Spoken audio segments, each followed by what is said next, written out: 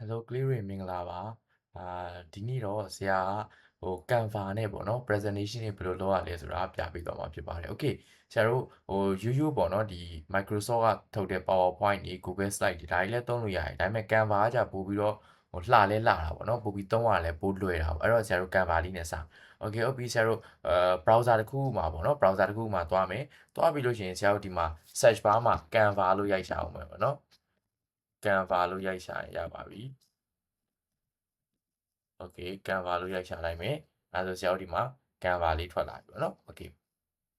အဲ့ကောင်လို့တစ်ချက်နှိပ်လိုက်โอเคနှိပ်လိုက်လို့ရှိရင်ဆရာတို့ဒီမှာတော့အကောင့်ကတန်းဝင်သွားတယ်ပေါ့နော်တကယ်လို့အကောင့်ဝင်မထားဘူးဆိုလို့ရှိရင်လည်းသူကဘယ်လိုလေးပေါ်တော့ဆိုတော့ဆရာပြပြီမယ်နော်ခဏလေးပါ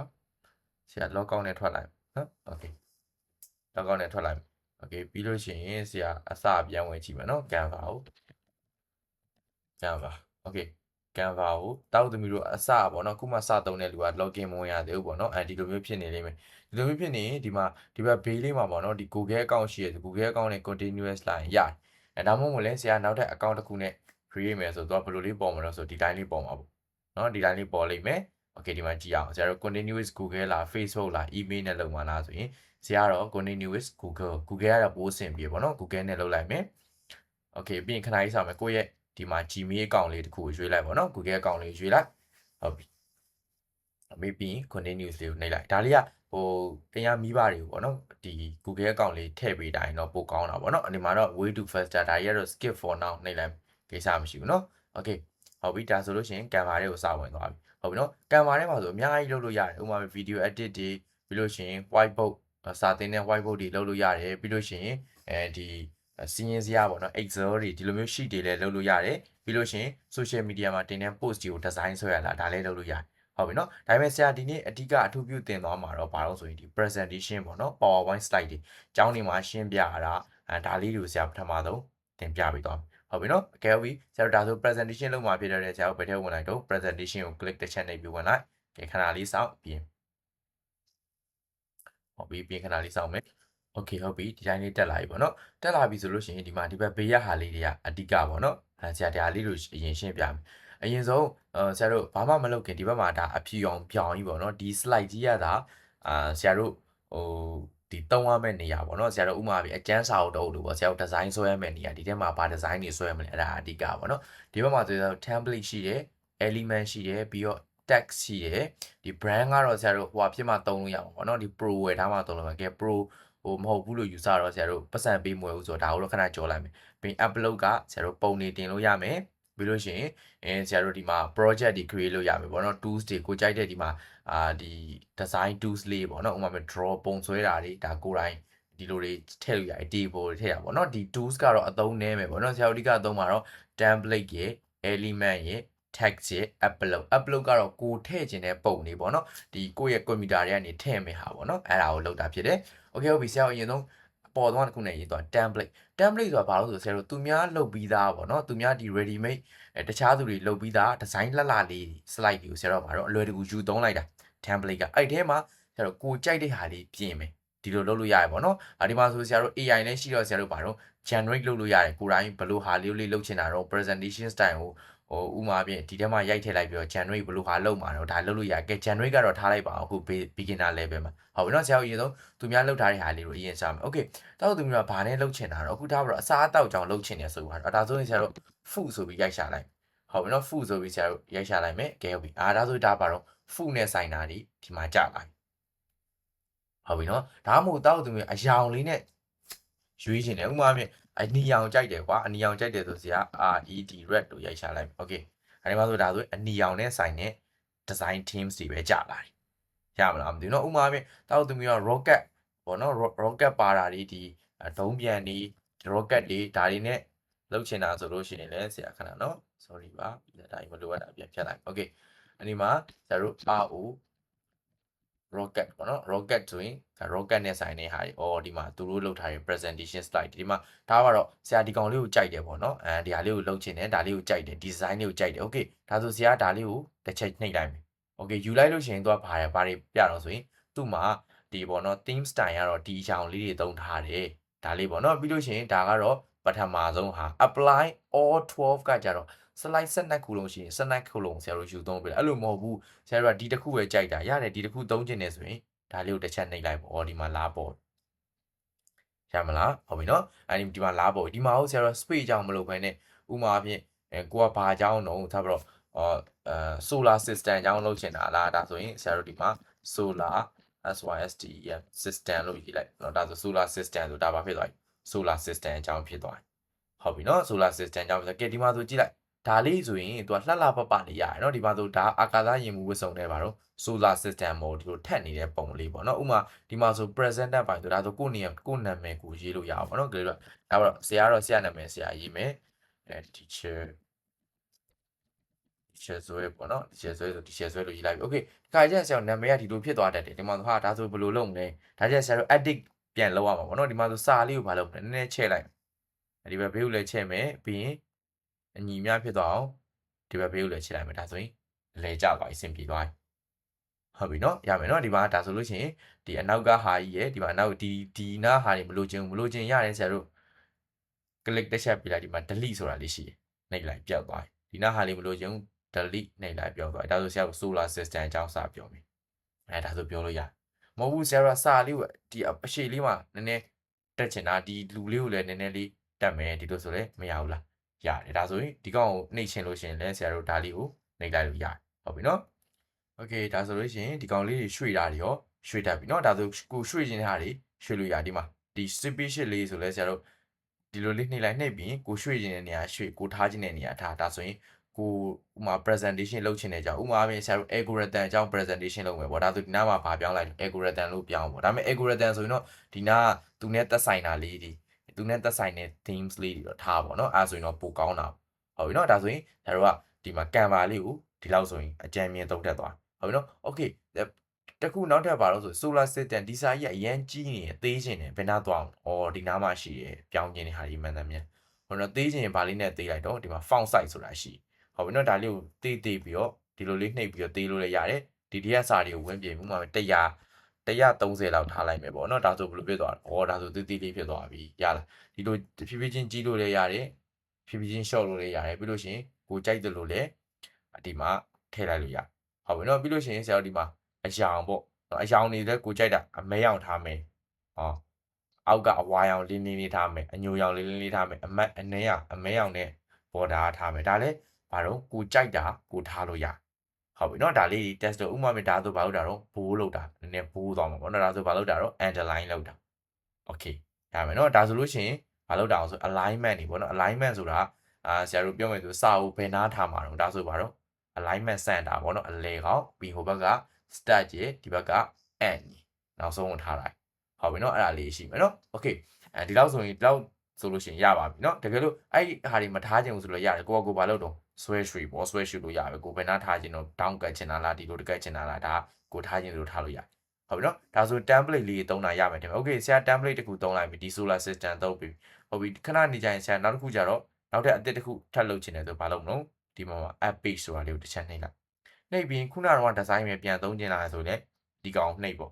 မဟုတ်ဘူးအကောင့်မသုံးချင်ဘူးဆရာတော့မှားလုံးမိတယ်ခုနအရင်အချိန်တွေကိုပြန်သွားချင်တယ်ဆိုရင်ဒါကြီးကိုဖြတ်ချင်ရင်လည်းဒီခေါင်ကြီးတစ်ခုလုံးကိုဘာလုပ်လို့ရတော့ delete နှိပ်ပြီးဖြတ်လို့ရ delete page ဆိုပြီးနှိပ်လိုက်ပြတ်သွားပြီဟုတ်ပြီနော်အဲဆိုရင်အသစ်ပြန်လုပ်မယ်ဆရာတို့ဘာတော့ as page ကိုနှိပ်တယ်နှိပ်ပြီးဆရာတို့ဘယ်ကောင်လေးကိုရွှေ့မှာတော့ black hole တွေကြောင့်သိချင်တယ်ဆိုကဲ black hole slide ကို click တစ်ချက်နှိပ်လိုက်တာ ਨੇ ဒီမှာရသွားပြီရမယ်နော် slide နှစ်ခုဟုတ်ပြီဒီမှာတော့ဒီပေါ့နော်ဒီထက်ကပေါ့နော်ဒီ PowerPoint slide မှာဒါတွေပဲသုံးမယ်နောက်ထပ် PowerPoint slide ထပ်သုံးခြင်းနဲ့ရတယ်အောက်ကိုနည်းနည်းသွားကြည့်ဒီမှာဒါဒီစတိုင်လေးသုံးခြင်းနဲ့ okay ရတယ်ဒါလေးကိုနှိပ်ကြည့်ဒါမှဆိုရင်ဒီထက်စတိုင်ပေါ့နော်ဒီထက်စတိုင်သုံးခြင်းလဲဒါလေးထည့်နေလိုက်ရတယ်ဒါပေမဲ့ဆရာတို့က slide 3-4ခုကိုဒီလိုပြောင်းသုံးမယ်ဆိုဘာဖြစ်တုံးဒီမှာ font style တွေမတူတော့ဘူးတွေ့လား font style တွေမတူအဲ့တော့ဆရာကြံပေးတာတော့ကိုက flight တစ်ခုကိုရွေးကို theme တစ်ခုပေါ့နော် theme တစ်ခုရွေးတခြားလူတွေလုပ်ပြီးသား theme တစ်ခုလှလှလေးတစ်ခုရွေးအဲ့ထဲကိုပဲကိုလိုချင်တဲ့စာလေးပြောင်းထည့်ဥပမာပြီး algorithm ရေးမယ်ဆိုရင်လည်း algorithm လေးကိုပြောင်းထည့်ဒါဆိုရင်ပိုအဆင်ပြေတယ်ဟုတ်ပြီနော်ကဲဒီလောက်ဆိုရင်တော့ဆရာတို့ PowerPoint slide လေးလောက်တာရမယ်ထင်ပါတယ်ကဲဒါဆိုဆရာဒီကောင်ကြီးကဖြတ်လိုက်မယ်နော်ဒီကောင်ကြီးဖြတ်လိုက်မယ်ကို delete page လုပ်လိုက်မယ် okay ဒါဆိုလို့ရှိရင်ဆရာတို့ back နဲ့ပြန်ဆုပ်လိုက်မယ်ပြီးရင်ဆရာတို့ခုနရွေးထားတာပါတော့ ဒီကောင်လေး our space ဆိုတာမဟုတ်ဘူးဆရာဒါကိုမလုပ်ချင်တော့ရတယ်မလုပ်ချင်ရင်ဘာလုပ်မလို့ delete နဲ့ဖြတ်လို့ရတယ်ဟုတ်ပြီနော် delete နဲ့ဖြတ်လိုက်မယ်ပြီးလို့ရှိရင်ဆရာ keyboard မှာလည်း delete ဆိုရယ် cloud ပါတယ်နော်အဲ့ဒါနဲ့ဖြတ်လိုက်လို့ရတယ်ပြတ်သွားပြီဒါဆိုရင်ဟုတ်ပြီနော်ဒါဆိုရင်ပြတ်သွားပြီကဲဒါဆိုရင်ဆရာတို့နောက်ထပ်ဘာလုပ်ချင်လဲပေါ့နော်ဆရာဒီမှာ group project ဆိုတာဒီကောင်လေးကိုရွေးချင်တယ်ဟုတ်ပြီနော်ဒီမှာတခုပြောချင်တာဒီမှာဒီလိုမျိုးပေါ့နော် crown လို့ပုံစံလေးပေါ်နေဟာဆိုတော့မရဘူးပေါ့နော်ဘာလို့ဆိုတော့ဒါ pro ဝယ်တဲ့လူတွေပြန်သုံးလို့ရအောင်ဆရာတို့က free ဆိုတော့ free သုံးလို့ရတာဒီပဲသုံးမယ်ဟုတ်ပြီနော်ကဲဒီကောင်လေးကိုသုံးချင်တယ်ကဲဒါဆိုဒါလေးကိုနှိပ်လိုက်ဒီမှာဒါဆိုအဆင်ပြေသွားပြီဟုတ်ပြီနော်အဲ့ဆိုရင်ဒီကောင်လေးကိုရွေးမယ်ဆိုရင်ဒီ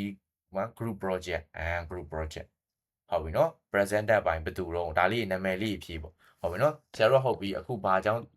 းလုပ်ချင်တာတော့ဆိုရင်ဆရာတို့ algorithm အကြောင်းရေးချင်တယ်ဒါဆိုလည်းဒီမှာပါရေးတော့ algorithm လို့ရေးပေါ့ဟုတ် algorithm အကြောင်းရေး presenter ပိုင်းဘယ်သူတော့ကိုနာမည်ရေးပေါ့မောင်ကိုလည်းမောင်ပေါ့နော်မောင်လို့ရေးဒါတော့ကိုနာမည်ကိုရေးပေါ့ presentation ကဘယ်သူလုပ်တော့ကိုကသဘောမကျဘူးဆွဲရွှေ့လို့ရတယ်ဟုတ်နော်ဆွဲရွှေ့နေဆရာဒီမှာတခုပြောမယ်ပေါ့နော်ဒီလိုဆွဲရွှေ့တဲ့ဘေးရောက်နေလားအလဲရောက်လာသိချင်းဖြည်းဖြည်းလေးအလဲကိုရွှေ့လိုက်ဒီမှာမြင်းချောင်းလေးပေါ်လာတယ်တွေ့လားဒီမှာအလဲကောင်မှာမြင်းချောင်းလေးပေါ်လာတယ်ဒီလိုတောင်းလိုက်မြင်းချောင်းလေးပေါ့နော်ဒါဆိုရင်သူအလဲကျသွားတယ်ဒါဆိုလွှတ်လိုက်တော့ရသွားဟုတ်နော်မဟုတ်ဘူးဆရာတို့ keyboard မှာရှိရမြားလေးနဲ့ရွှေ့ချင်တာဆိုလည်းရွှေ့လို့ရတယ်ဒီမှာ keyboard ကရှိရမြားလေးနဲ့လည်းရွှေ့လို့ရဟိုဘက်ဒီဘက်ကိုရွှေ့လို့ရနော် okay ဟုတ်ပြီဒါဆိုရင်ဒါလေးရ slide နောက်တစ်ခုသွားမယ်ဆိုရင် app page ကိုနှိပ် app page ကိုမနှိပ်ဘဲနဲ့ဆရာတို့ဒီလိုမျိုးလေးဒီမှာဒီထဲကိုထည့်ခြင်းလဲရတယ်ဘယ်လိုပဲလုပ်လို့ပေါ့နော် quack ဆိုကောက်ထည့်လိုက်လေရတာပဲဟုတ်နော်မဟုတ်လို့ရှိရင်ဆရာတို့ plus လေးကိုနှိပ်ပြီးမှနောက်ထပ်ထပ်တယ်ဥပမာဒါမှဆိုရင်ကိုတငယ်ချင်းနဲ့တူတူလို့ဆိုရင်ကိုတငယ်ချင်းတွေပုံလေးထည့်ပေါ့ဒီမှာနာမည်လေးပြောင်းဒီမှာဆိုရင်နာမည်လေးပြောင်းဟုတ်တယ်စာအကြီးသေးရဒီသားနဲ့လုပ်ရုံပဲဟုတ်ပြီနော်ဒါကအကြီးသေးဟုတ်ပြီနော်ရမယ်ထင်ပါတယ်ဒါဆိုလို့ရှိရင်နော်ခဏနေပုံထည့်နည်းရဆရာခဏနေပြန်ပြပေးမယ်ဟုတ်ပြီနော်ပုံထည့်တာဘယ်လိုထည့်ရလဲပြန်ပြโอเคဒါဆိုဆရာတို့နောက်တစ်ခုထပ်သွားမယ်ဒါဆိုလို့ရှိရင် PowerPoint slide လေးလုတ်တက်ပြီးတော့ထင်တယ်နော်โอเคနောက်ထပ်သွားခြင်း app page ကိုနှိပ်ဒီမှာဒီဟာလေးပြောချင်တယ်ဆိုရင်ဒါလေးကိုထည့်လိုက်ဒါလေးထည့်ခြင်းနောက်ထပ်ထပ်သုံးခြင်းနဲ့ဒီ style လေးကြိုက်တယ်ဒီ style လေးကြိုက်တယ်ထပ်သုံးဒါလေးထပ်သုံးโอเคဟုတ်ပြီဒီလိုလေးတွေကိုသုံးခြင်းတယ်လို့သုံးလို့ရဟုတ်ပြီနော်ဟုတ်ပြီနောက်တစ်ခုဆရာတို့ element အကြောင်းသွားအောင်ဒီလောက်ဆိုရင်တော့ဒီ template တွေအကြောင်းသိပြီပေါ့နော် okay element အကြောင်းသွား element ထဲမှာဆိုဆရာတို့ဘာတွေရှိတော့ shape လေးတွေရှိရယ် graphic တွေရှိရယ် photo ဆိုပုံတွေပေါ့နော်ပုံထည့်ခြင်းတဲ့ပုံလေးထည့်လို့ရမယ်ကိုကဘာပုံလေးထည့်ခြင်းတာတော့လူပုံထည့်ခြင်းတာမဟုတ်ခွေးပုံလေးထည့်ခြင်းတာလားဒါဆိုရင်ဆရာတို့က GOG doc လို့ရိုက်ရှာလိုက်နော်ခွေးပုံလေးနော်ခွေးပုံလေးကိုမှဒီမှာ sorry ဒီ crown ပုံလေးပါနေဟာတော့မရဘူးပေါ့နော် crown ပုံမပါတဲ့ဟာတော့သုံးလို့ရတယ် okay သုံးခြင်းနဲ့ကိုသုံးခြင်းနဲ့ဆိုခုနကတော့ဒီထဲမှာဆရာတို့ခွေးပုံလေးထည့်ခြင်းတယ်ထည့်ခြင်းဘယ်ပုံလေးထည့်ခြင်းတာတော့ဒီပုံလေးထည့်ခြင်းတယ်ဆရာအားမဆရာဒီပုံလေးထည့်ခြင်းတယ်ဒီပုံလေးထည့်ခြင်းဒီပုံလေးထည့်ခြင်းဘာလို့တော့ဒီဟာလေးကိုဘာလို့လို့ click လေးဖိပြီးတော့ဘာလုပ်ခဲ့တော့ဆွဲလာခဲ့လိုက် drag and drop လုပ်လိုက်ဒါဆိုဒီမှာခွေးပုံလေးဖြစ်သွားပြီရမယ်ထင်တယ်เนาะဒါဆိုဒီမှာ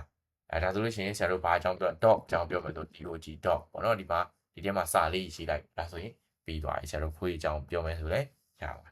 ရလားဒီမှာဆိုဒါ photo တွေရှာလို့ရတယ်အများကြီးပဲပေါ့เนาะဒီမှာဆိုရင်ဆရာတို့ဘာတွေရှာလို့ရသေးတယ်ပေါ့เนาะဒီမှာ shape တွေရှာလို့ရတယ် shape တွေဆိုဘာတွေရှိတော့ဆရာတို့ကြည့်ကြည့်အောင်ဒီမှာကိုလိုချင်တဲ့ design တွေရှာနိုင်တယ်ပေါ့เนาะဥပမာအပြင်ဆရာဒီကောင်လေးကိုကြိုက်တယ်ပေါ့เนาะဒီ organic shape လေးကိုကြိုက်တယ်ဆရာထည့်လိုက်ဟုတ်ပြီထည့်လိုက်ဒါပေမဲ့ထည့်လိုက်ပြီးမဲ့ဒီမှာပါတော့အဝါရောင်ကြီးအဝါရောင်လေးဆိုရင်ဆရာအရောင်ပြောင်းခြင်းတယ်ပြောင်းခြင်းဘယ်လိုပြောင်းမလို့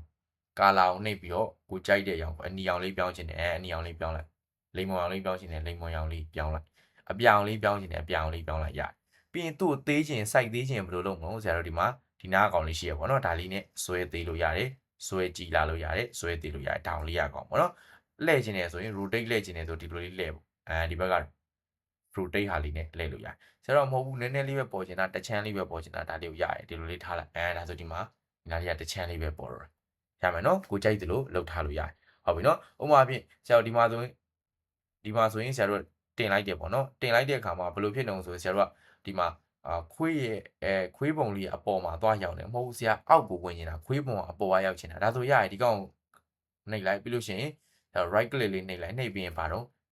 ့ဆရာတို့ layer မှာ set backward တို့ send back တို့ရှိတယ် send back ဆိုဘာဖြစ်သွားမှာတော့ဆိုလို့ရှိရင်အနောက်ကိုရောက်သွားမှာတွေ့လားနော်ဘာသူ့ရဲ့အနောက်ကိုရောက်သွားတော့ဒီခွေးပုံလေးကအပေါ်ကဒီကောင်ကအောက်ကရောက်သွားတယ်ဒါလေးပဲနော်ဒီမှာဒီတဲမှာထည့်လိုက်ရင်ခုနလိုအပေါ်ကမရောက်တော့အပေါ်ပြန်ရောက်ချင်ဘာလို့တော့ right click နှိပ်ပြီးတော့ layer တွေကနေဘာတော့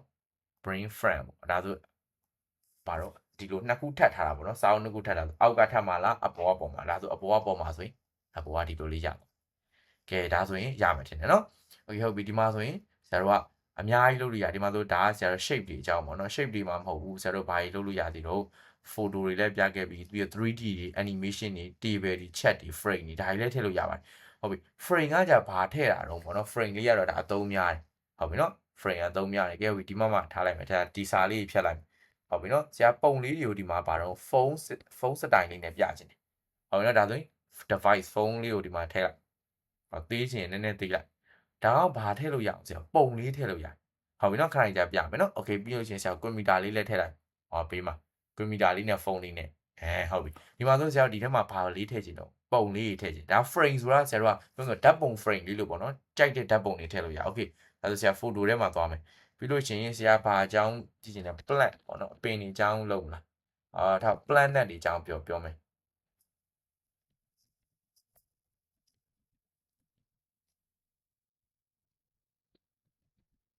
planet တွေအကြောင်းပြောမယ်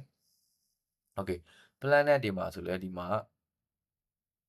ဆရာတို့ဘာတွေရှိတော့ဆိုရင်โอเคဒီမှာဆိုရင်ဆရာတို့ planet တွေကိုဘယ်ပုံလေးထည့်ခြင်းလဲပေါ့နော်ဒီမှာဆိုရင်ဆရာတို့ပထမဆုံးသူပြတဲ့ကောင်တွေကတော့သုံးလို့မရဘူးဘာလို့လဲဆိုတော့ဆရာတို့ဒီမှာဘာလေးပါနေတော့ဆိုရင်ထုံးစံတိုင်းပဲဆရာတို့ဒီ crown လေးပါနေသုံးမရဘူးပေါ့โอเคဆရာဒီဟာကြီးသုံးခြင်းတယ်ဒီဟာကြီးကိုsorry မရဘူးဒီဟာကြီးကိုသုံးခြင်းတယ်ဒီမှာဘာဘယ်ထဲမှာထည့်လားကွန်ပျူတာထဲမှာထည့်ဒါဆိုဘာတော့ကွန်ပျူတာမှာပေါ်နေတဲ့ပုံလေးလိုမျိုးပေါ့ဟုတ်ပြီနော်โอเคဖုန်းမှာထည့်ခြင်းတယ်ဖုန်းမှာဘာလေးထည့်ခြင်းလဲဆိုရင်ဆရာဒီမှာဒါလေးကိုထည့်ခြင်းတယ်ဖုန်းမှာထည့်လိုက်ဒါဆိုတွေ့လားဒီပုံလေးကဘာမှာပေါ်သွားပြီလို့ဖုန်းမှာပေါ်သွားပြီရမယ်နော်ဒီပုံလေးကဘာမှာပေါ်သွားပြီဆိုရင်ကွန်ပျူတာမှာပေါ်သွားပြီဒီလိုမျိုး frame ကိုထည့်ခြင်းတဲ့ဟာတွေဘာလို့ရမလို့ဆိုရင်ထည့်လို့ရဟုတ်ပြီနော်ကဲဟုတ်ပြီဒါဆိုလို့ရှိရင်ဆရာတို့နောက်ထပ်ဘာတွေထပ်လုပ်လို့ရအောင်မလဲပေါ့နော်ဆရာတို့ကြည့်ကြည့်အောင်โอเคဟုတ်ပြီဆရာဒီမှာဗာပြောပြီးတော့ shape တွေအကြောင်းလည်းပြောပြီးပြီ photo အကြောင်းလည်းပြောပြီးပြီ okay graphic ကဘာတွေရှိတော့graphic မှာဆိုရင်ဆရာဒီမှာ animation လုပ်စီလေးရှိရပြီးတော့ဘာ logo လေးလည်းရှိမယ် icon လေးကိုထည့်ခြင်းတဲ့ icon လေးလည်းဘာလို့ရမလို့ရှိမယ်ဟုတ်ပြီနော်ဒီမှာဈေးချင်းတောင်းလေးထည့်ခြင်းတယ်ဈေးချင်းတောင်းလေးကိုဒီတက်ထည့်ခြင်းတယ်ဆိုရင်ဆရာတို့ဈေးချင်းတောင်းလေးကိုနှိပ်ပြီးတော့ဒီမှာဆွဲလာလိုက်မြင်ရပါတယ်ဒီမှာဆိုအမေကြီးဆိုမမြင်ရဘူးကွာဆရာတို့ဘာရောင်မှမြင်ရအဖြူအောင်မှမြင်ရပါဘောနော်အဖြူအောင်ဆိုဆရာတို့ကဘယ်လိုလေးလုပ်လို့ရမလဲကဲကြည့်ကြအဖြူအောင်โอเคအဖြူအောင်လေးပြောင်းလိုက်ဒါဆိုရင်အဖြူအောင်လေးဖြစ်သွားပြီဒါဈေးချင်းတောင်းလေးထည့်ထားဒါဆိုရင်ကိုကြိုက်တဲ့ကို idea ရှိရင်ရှိသလောက်ပုံလေးတွေလွယ်တကူလုပ်လို့ရတယ်ဟုတ်ပြီနော်ကဲဒါဆိုရင်ဒီလောက်ဆိုရင်ရမယ်ထင်ပါတယ်ဒီမှာဆိုရင်ဆရာတို့ကဒီထဲမှာကြိုက်တာလည်းရိုက်ရှာတယ်ဥပမာပဲကားလေးထည့်ခြင်းနဲ့ဆရာကားလေးထည့်ခြင်းကားလို့ရိုက်ရှာလိုက်ဒီမှာကားပုံလေးတွေပေါ်လာဟုတ်ပြီနော်ကားပုံလေးဒီအနီအောင်ကားလေးထည့်ခြင်းနဲ့အဖြူအောင်ကားလေးထည့်ခြင်းနဲ့ထည့်လိုက်ဒီထဲမှာထည့်ခြင်းလားပုံထဲမှာထည့်ခြင်းလားမဟုတ်ဘူးဆရာတို့ကဘာနေလဲ object အနေနဲ့ယူခြင်းလားဆိုရင်လည်းဆရာတို့ဒီမှာ object အနေနဲ့ယူလို့ရတယ်ဒီမှာအကြီးကြီးပေါ်နေတာပေါ့နော် sorry ဒီထဲတော့ဝင်သွားပြီဆရာ control z နဲ့ပြန်လုပ်လိုက်မယ်နောက်ကိုပြန်ဆုပ်တာပေါ့နော် okay ကားလေးကိုဘာလုပ်လိုက်မလဲသေးသေးလေးပေါ်လိုက်မယ်ကားလေးသေးသွားပြီဒီမှာဒါဆိုရပြီပိုသေးခြင်းသေးတယ်ပိုသေးရောဟုတ်နော်ဒီမှာလိုလေးသေးလို့ရတယ်ဒီမှာဒါဆိုလို့ချင်းကားလေးထည့်ခြင်းနေဆိုရင်ဒီနားလေးကကားလေးထည့်တယ်ဒီမှာကားပုံလေးပေါ်လာရမယ်နော်ကိုထည့်ခြင်းတာတွေထည့်လို့ရပါတယ်โอเคဆရာတို့ဒီလောက်ဆိုရင်တော့ရပြီပေါ့နော်โอเค text လေးကိုသွားကြအောင် text ကဘာလို့ဆိုခုနကတော့သူပြောချင်တဲ့ text မှာသူမူလတော့ရှိတဲ့ text မှာမလုပ်ချင်ဘူးဆရာတို့ text အသစ်လုပ်ချင်တယ်ဆိုလဲရတယ်ဒီမှာဆိုရင်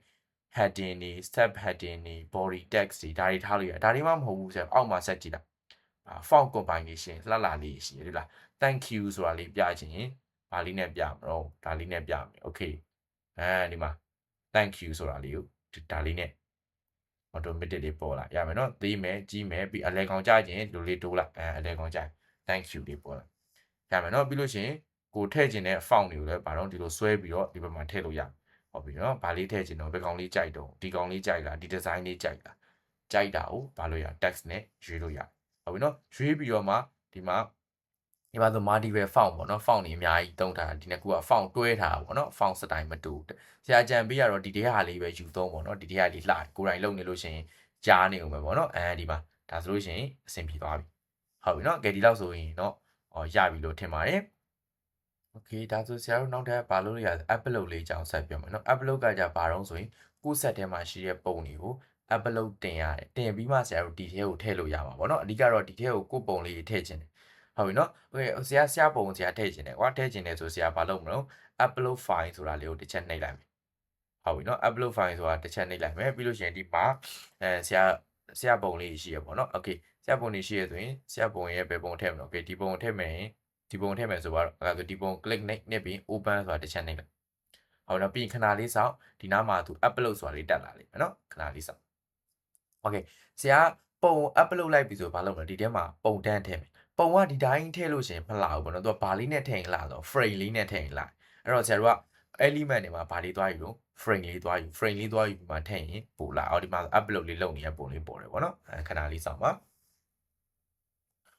โอเคဒီမှာဆိုရင်ဆရာပုံလေးတစ်ပုံပေါ်လာပြီပေါ့နော်ဆရာခုန upload လုပ်လိုက်ပုံလေးဒီကောင်လေးကိုသုံးကျင်နေဆိုဘာလုပ်မလို့ဒီမှာဆွဲထည့်လိုက်တာနဲ့ဒီမှာရောက်လာဟုတ်ပြီနော်ဒီမှာဆရာဆွဲထည့်လိုက်လို့ရှိရင်ပုံလေးရောက်လာဟုတ်ပြီနော်ဒါပေမဲ့ဆရာခုနပြောသလိုပဲဒီ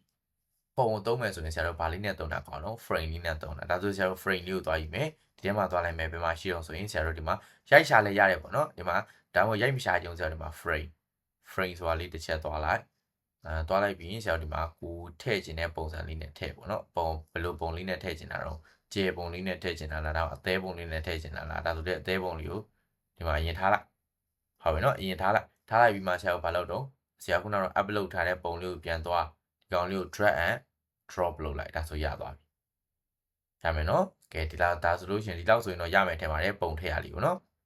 โอเคဒါဆိုရင်ဆရာတို့ဒီလိုလေးနဲ့ထည့်တဲ့ပေါ့နော် frame လေးရဲ့ကို upload လုပ်တဲ့ပုံလေးတကယ်တော့ဆရာဒါလေးပြန်ဖြတ်လိုက်နော်โอเคဖြတ်လိုက်ပြီဆရာ delete ခလုတ်နေပြီဖြတ်တယ်โอเคဆရာဒီမှာ slide အသစ်လေးယူလိုက်ပြီးရင်ဆရာတို့ element တွေမှာဘာလေးသုံးလို့ရအောင်မလဲဆရာတို့သွားကြည့်မယ်နော်โอเคဒီမှာဆိုရင်ဆရာတို့ဘာသုံးလို့ရအောင်မလဲဆိုရင်ဒီမှာ mockup ပေါ့နော် mockup လေးသုံးလို့ရ mockup ကသူကဘယ်လိုပုံစံမျိုးလဲဆိုဥမာအင်ကြီးနောက်ကျောမှာကိုပုံလေးထည့်တာအဲဒီမှာလူကိုင်းနေတဲ့ဖုန်းမှာကိုပုံလေးထည့်တာဒါလေးတွေထည့်လို့ရပါတော့ဥမာပြင်ဒီဖုန်းလေးမှာထည့်တာဟုတ်နော်ဒီဖုန်းလေးမှာကိုပုံလေးထည့်ခြင်းနဲ့ဖုန်းလေးကိုထည့်လိုက်ခဏခဏလေးစောင့်နော်ပြီးလို့ရှိရင်โอเคဒီမှာဆိုရင်ဖုန်းလေးရောက်လာပြီဆိုရင်ဆရာတို့ပါဖုန်းထဲမှာဒါပါတော့ frame အနေနဲ့ထည့်ထားတာအဲ့တော့ဆရာတို့ကကိုကြိုက်တဲ့ပုံလေးကိုဒီမှာထည့်လို့ရတယ်ဟောโอเคကိုကြိုက်တဲ့ပုံလေးကိုထည့်လို့ရတယ်ဆိုဆရာတို့ဘာလုပ်မလဲဆရာ upload ထားတဲ့ခုနပုံလေးပဲသွားထည့်မလားထည့်လို့ရတယ်ဒီထဲမှာဆရာတို့ဘာလုပ်လိုက်အောင်မလို့ထည့်လိုက်အောင်မယ်ထည့်လိုက်ဒီမှာ loading လေး wine တင်အဲ့လိုမှမဟုတ်ဘူးဆရာတို့ original သူ့မှာရှိပြီးသားပုံတွေပဲရှိနေတာဆိုလဲဆရာတို့ဘယ်ထဲကိုပြန်သွားတော့ photo တွေကိုပြန်သွား photo ထဲမှာဘာပုံလေးတွေထည့်ခြင်းလဲဥပမာအပြင်ဆရာကဒီမှာဆိုဘာပုံထည့်မလဲဆိုရင်ဆရာကပန်းပုံလေးထည့်လိုက်မယ်နော် plant ပုံလေးထည့်လိုက်မယ် okay ဒီမှာဆိုရင်ဆရာတို့ plant ကဘာပင်လေးရှိမလဲပေါ့နော်ကြည့်ရအောင်ဒီမှာဆိုရင်ဆရာရဲ့ပုံကိုဘယ်လိုလေးပေါ်တော့ဆိုရင်ဒီမှာဒီတိုင်းလေးပေါ်တာဖုန်းလေးကကိုကြိုက်သလိုလှည့်လို့လည်းရတယ်စောင်းလို့ရတယ်တဲ့လို့လည်းရတယ်အဲ့မယ်နော်ဒါဆိုလို့ရှိရင်ခုနပုံလေးကဘာတော့ဒီမှာဒီထဲမှာပေါ်လာပြီပေါ့ဒီသဘောပေါ့နော်โอเคဒီမှာအပင်ပုံလေးထည့်ချင်တာအပင်ကတော့သိမလာဘူးဒါဆိုလို့ရှိရင်ဆရာတို့ဘာလေးလုပ်လို့ရသေးလဲဆိုရင်ဘာလေးတွေထည့်ရှာလို့ရအောင်မလဲပေါ့နော်โอเคဘာလေးတွေရှာလို့ရအောင်မလဲဆိုရင်ဆရာကโอเคခွေးလေးပဲရှာလိုက်ပါမယ်ခွေးပုံလေးထည့်ကြည့်မယ်နော်ခွေးပုံလေးကိုခုနကတော့ခွေးပုံလေးကိုပဲခွေးပုံလေးလာလာဒီခွေးပုံလေးလာမယ်ဆိုဒီခွေးပုံလေးကိုဒီနောက်မှာထည့်လိုက်ခဏလေးစောင့်အဝိုင်းလေးလဲနေနော်ဒီမှာဒါဆိုဘာလေးပြောင်းသွားပြီလို့ဒီမှာခွေးပုံလေးပြောင်းသွားပြီရမလားဒါဆိုရင်ဆရာတို့ကိုလိုချင်တဲ့ဟာလေးမှာကို mock-up design လေးထည့်လို့ရတယ်ဟုတ်ပြီနော်ဒါဆိုရင်ဆရာတို့ခုနက mock-up ထဲမှာကလည်းဘာတော့ frame အနေနဲ့ပဲ frame သဘောမျိုးပဲနော်ဒီမှာဆိုရင်ကိုကြိုက်တာလေးဥပမာမြင်ခွက်လေးမှာခွက်လေးမှာကိုပုံလေးကိုထည့်ချင်တာလားရတယ်ဒါဆိုလဲဆရာတို့ဘာလုပ်မလို့ကိုပုံကိုဆိုရင်တော့ upload ထဲမှာရှိလိမ့်မယ်ကို upload လုပ်တာဆရာနောက်ထပ် file တစ်ခု upload လုပ်ချင်တယ်ရတယ်ဆရာဘာလုပ်မလို့ဆရာဘယ်ပုံလေး upload မလဲ okay ဒီပုံလေး upload မယ် okay open လိုက်မယ်ခဏလေးစောင့်ပါနော်ဒီမှာဒါလေးကတက်နေတယ်ဒီမှာokayနော်ဒါလေးရသွားပြီဆိုရင်ဒီကောင်လေးကိုဆွဲပြီးတော့ဘာလုပ်လိုက်တော့ဒီခွက်မှာထည့်လိုက်ရပြီနော်ခွက်မှာမဟုတ်ဘူးဆရာတို့ဘာတွေရှိသေးတော့ကြည့်အောင် element တွေမှာဟုတ်ပြီနော်ဘာလေးရှိသေးတော့ဒီမှာ graphic design ဒီလိုပုံလှလှလေးတွေထည့်လို့ရမယ်ဟုတ်ပြီနော်ပြီးရင်ဆရာတို့ဒီမှာပေါ့နော်ဒီ smart TV မှာဒီ smart TV မှာထင်းကိုပုံလေးကိုထည့်ခြင်းတယ်ဟုတ်ပြီနော်ကြပြီဒီကောင်ကိုဆရာဟိုမှာထည့်လိုက်မယ်ဒီကောင်ဟိုမှာထည့်လိုက်မယ်ဆိုဆရာကပြန်ဖြတ်ပြီးဒီဘက်မှာအစ်စ်မှာထည့်လိုက်မယ်နော်တင်မှာထည့်လိုက်မယ်ကြီးထည့်ခြင်းတယ်ဒါဆိုဆရာအကြီးထည့်ခြင်းဘာနဲ့ဆွဲကြည့်လိုက်တော့ဒီကောင်နဲ့ဆွဲပြီးတော့ slide နဲ့ကြည့်လိုက်โอเคဒါဆိုအကြီးဖြစ်သွားပြီရမယ်နော်ဒီထက်ကြီးခြင်းတွေရတယ်ကြည့်လိုက်โอเคဒါဆို slide အပြည့်ဖြစ်သွားပြီပေါ့နော်โอเค slide ပြည့်မှာဆရာဘာပုံလေးထည့်ခြင်းလဲ ကိုထည့်ခြင်းတဲ့ပုံလေးထည့်လို့ရတယ်ဟုတ်ပြီနော်ဆရာတို့ဘယ်ထည့်ကိုသွားမယ်လဲဆိုရင်ကိုဖက်က upload လုပ်တဲ့ကိုဆက်ကတင်နေဟာဆို upload ထဲမှာရှိတယ်သူ origin တွေဟာဆိုရင်ဘယ်ထဲမှာရှိမလို့ဆိုရင်ဒီမှာ element တွေက photo ထဲမှာရှိမယ်ဟုတ်ပြီနော်ဥပမာအပြင်ဆရာတို့မိန်းကလေးတယောက်ရဲ့ပုံထည့်မယ်ဒီ girl ကိုရိုက်ရှာလိုက်မယ် okay ဒါတော့ကိုပုံကိုထည့်လဲရတာပေါ့နော်ဒီထဲမှာ okay ဟုတ်ခဏစောင့်မယ် okay ဒီမှာဆိုရင်ဆရာတို့ကဒီမှာကိုထည့်ခြင်းတဲ့ပုံလေးထည့်လို့ရမယ်ပေါ့နော် okay ဒါပေမဲ့okay ဆရာတို့ဘာထည့်လို့မရဘူးလဲဆိုရင်ဒီမှာ crown bar တဲ့ဟာလေးတော့ထည့်လို့မရဘူးပေါ့နော် okay ဒါတော့ပတ်စံပေးဝယ်မှာသုံးလို့ရမယ် okay ဒါလေးထည့်လိုက်မယ် okay နော်ဆရာဒီကောင်ကိုရွေးပြီးတော့ဒီမှာထည့်လိုက် okay ဒီမှာဆိုဒီထဲမှာရောက်မသွားသေးဘူးဒါဆိုဒီထဲမှာထည့်ခြင်းအဲ့ထဲမှာ drag and drop လုပ်ပြီးထည့်เนาะဒီမှာဆိုအဝိုင်းလေးလည်နေပြီ nice okay ဒီမှာဆိုရင်ဒီမှာပေါ်သွားပြီရမယ်เนาะကိုထည့်ခြင်းတဲ့ပုံလေးရ frame လေးအနေနဲ့ဒီမှာအဲ့လိုလေးထည့်လို့ရဟုတ်ပြီเนาะဒါဆိုရင်ဆရာတို့ like ဆန်ကြည့်ပါတခါလေး like ဆန်ကြည့်ရင်ပို့ပြီးတော့တိလွယ်တယ်ပေါ့နော် okay ဟုတ်ပြီဒါဆိုလို့ရှိရင်ဆရာတို့ upload ထဲမှာသွားကြည့်မယ်ဆရာခုနကတော့ခွက်လေးမှာဆရာဒီပုံလေးထည့်ခြင်းနေဆိုရင်ခုန upload လုပ်တာဒီပုံလေးရခဲ့ပြီဒါဆိုရင်ဒီ upload ကိုဒီထဲမှာခဏထည့်လိုက် drag and drop နဲ့ဆွဲပြီးထည့်အောင်နော်ဆွဲထည့်လိုက်ရင်ဘယ်လိုဖြစ်သွားဒီမှာဒါဆိုရင်ခွက်ပုံမှာပုံလေးပေါ့နော်မြင်လား okay ပြီးလို့ရှိရင်ဆရာတို့အခုနောက်ဆုံးအပိုင်းအနေနဲ့ဆရာဘာပြောမလဲဆိုရင် animation တွေအကြောင်းပြောမယ် slide တစ်ခုနဲ့တစ်ခုကူးတဲ့နေရာမှာသူoriginal ပါတာတော့ရှိတယ်ပေါ့နော် original ပါတာဆိုရင်ဆရာလုပ်ပြမယ်ပေါ့နော် present လုပ်လိုက်မယ် okay presentation slide နဲ့ okay ဟောဒီမှာတော့ original မပါဘူးပေါ့နော် original animation တွေ transition တွေမပါဘူးအခုဆရာတို့အဲ့ဒါဆို transition လေးထည့်ကြည့် transition ထည့်ခြင်းဆရာဘယ်လိုလုပ်မလဲဆိုရင်ဒီမှာ animate ထဲမှာထည့်လိုက်နော် animate ထဲမှာထည့်ပြီးသွားရင်ဆရာတို့ဘယ်လိုလုပ်မှာလဲဆိုရင်ဒီမှာဘယ်လိုပုံလေးပေါ်ချင်တာတော့ဒီလိုလေးပြန်ပေါ်လာချင်တာဒါဆိုရတယ်ဒီကောင်လေးထားလိုက် okay နောက်တဲ့ slide တစ်ခုကိုသွားမယ်ဒီဟာလေးကိုဆရာတို့ဘယ်လိုပေါ်ချင်တာဘယ်လိုပုံစံနဲ့ပေါ်ချင်တာတော့အပေါ်ကပဲပြန်လာရင်ပုံပေါ်ချင်တာလားဒါမှမဟုတ်ရင်ဒီလိုမျိုးလေးပေါ်ချင်တာလားဒီလိုလေးပေါ်ချင်တာလားဒါမှမဟုတ်ရင်ဒီလိုလှုပ်စီလေးပေါ်ချင်တာလားရတယ်ဒီကောင်လေးကြာရင်လည်းဒါလေးကိုရွှေ့လိုက်ဒါဆိုရင် slide တစ်ခုချင်းဒီပေါ်မှာဘာလုပ်ထားလို့ရတော့ဒီကောင်လေးတွေလိုက်ပြီးတော့သတ်မှတ်ထားလို့ရသတ်မှတ်ထားရင်ဘာလေးအကျိုးထူးလဲပေါ့နော်ခဏနေဆရာတို့ကြည့်အောင်ဟုတ်ပြီနော် okay ဒါလေးထားမယ်နောက်ဆုံး slide ကိုကြတော့ဆရာဒီကောင်လေးထားလိုက် okay ဟုတ်ပြီဒါဆိုဆရာတို့ပထမ slide ကနေဘာလုပ်ကြည့်မလဲ present လုပ်ကြည့်မယ် okay ဒီမှာ algorithm ဆိုပြီးတော့ပေါ်လာ okay ပြီးလို့ရှင်ဆရာ click တစ်ချက်နှိပ်လိုက်တာနဲ့ဘယ်လိုဖြစ်သွားတော့လှုပ်စီလေး animation တွေပါတော့ကြည့်ရသူလဲပို့ပြီးစိတ်ဝင်စားရှိတာပေါ့နော် presentation ကလည်းပိုလှသွားတာဒီမှာကိုပြောချင်တဲ့အကြောင်းအရာတွေပြောမယ်ဘာတွေပါသွားရှင်းပြမယ်ပြီးလို့ရှင်ဒါလေးဒီစလုပ်လို့ရဟုတ်မယ်နော်ဒါဆိုလို့ရှိရင်ဆရာတို့ဘာပါတော့ animation ထည့်လိုက်တော့ဒီလိုလေးဖြစ်လာတာပေါ့